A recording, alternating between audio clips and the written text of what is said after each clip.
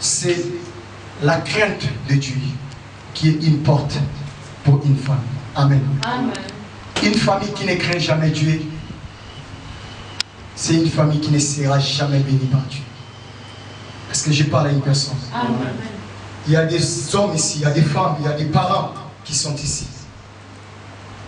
Ne continuez jamais à prier le Seigneur parce que les choses ne marchent pas dans ta famille. Tant que toi, tu sais dans les secrets de ta vie ce que tu fais. Si tu ne crains pas Dieu, ne réclame même pas la bénédiction de Dieu dans ta vie. Ne réclame même pas la bénédiction de Dieu dans ta famille. Dieu ne bénit pas pour bénir. Dieu bénit avec raison. Une famille qui craint Dieu, c'est une famille qui ouvre la porte à la bénédiction de Dieu. Tu ne peux pas être un coureur de jupons. Tu as ta femme, tu as tes enfants, mais tu cours derrière les femmes. Et tu viens dans la maison de Dieu réclamer la bénédiction de Dieu. Dieu te bénit pour aller encore faire les scandales. Dieu ne peut pas te bénir. Tu as ta femme, tu as ton homme, tu as tes enfants. Et tu acceptes d'aller faire le mal, même si personne ne te voit. Mais c'est une malédiction que tu fais tomber, c'est ta famille. La Bible dit, lorsque David avait touché à Bathsheba, c'est le jour-là où David avait inauguré la porte de la mort et de l'inceste dans sa maison.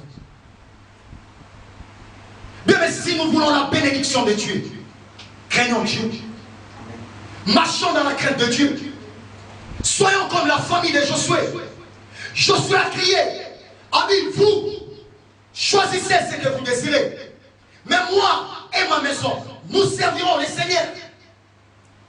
Tu ne peux pas servir Dieu et ta femme est dans le monde. Tu ne peux pas servir Dieu et tes enfants vivent dans une vie qui n'est pas louable devant Dieu. Il y a un combat dans la maison. Il y a un combat des esprits. Et la bénédiction de Dieu ne peut jamais être totalement habité pleinement dans cette maison. Pourquoi? Parce qu'il y a divergence des esprits. Si nous voulons la bénédiction de Dieu, d'abord nous qui sommes des parents, qui sommes des responsables, qui écoutons la parole de Dieu, essayons d'amener nos familles à la crainte de Dieu. Que nos familles soient des familles exemplaires. Ou quand quelqu'un entre, même dans les quartiers, il demande, on dit non, ça c'est une famille véritable. Une famille qui marche à la crainte de Dieu. Ce monsieur-là, avec sa femme, il craint Dieu. Ils ont instruit leurs enfants sur les chemins de Dieu. Ils ne volent pas dans cette famille. Il n'y a pas des clownaires, il n'y a pas des impudiques, il n'y a pas des hommes qui détruisent les destinées dans cette famille. Non, il y a des gens qui respectent Dieu, qui suivent leur destinée, qui marchent sur les traces de ce que Dieu les avait prédestinés à marcher sur la terre. Redressons nos familles, redressons nos vies.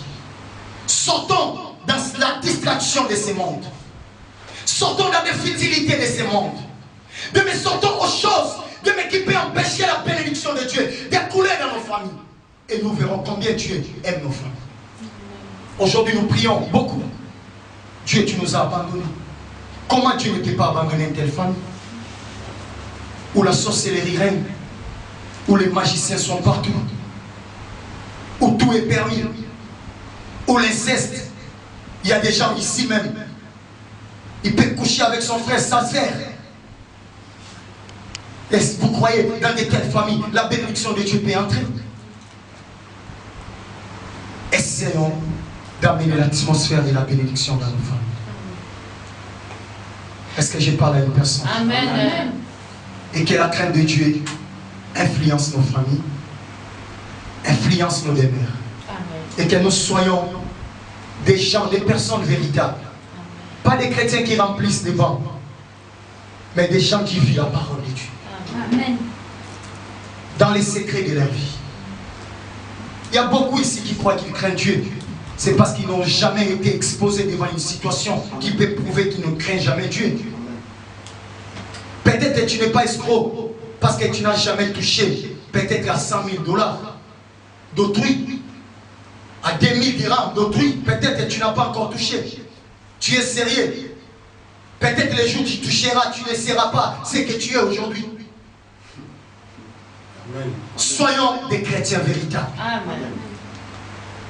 Dans nos maisons, cultivons l'atmosphère de la présence de Dieu. Amen.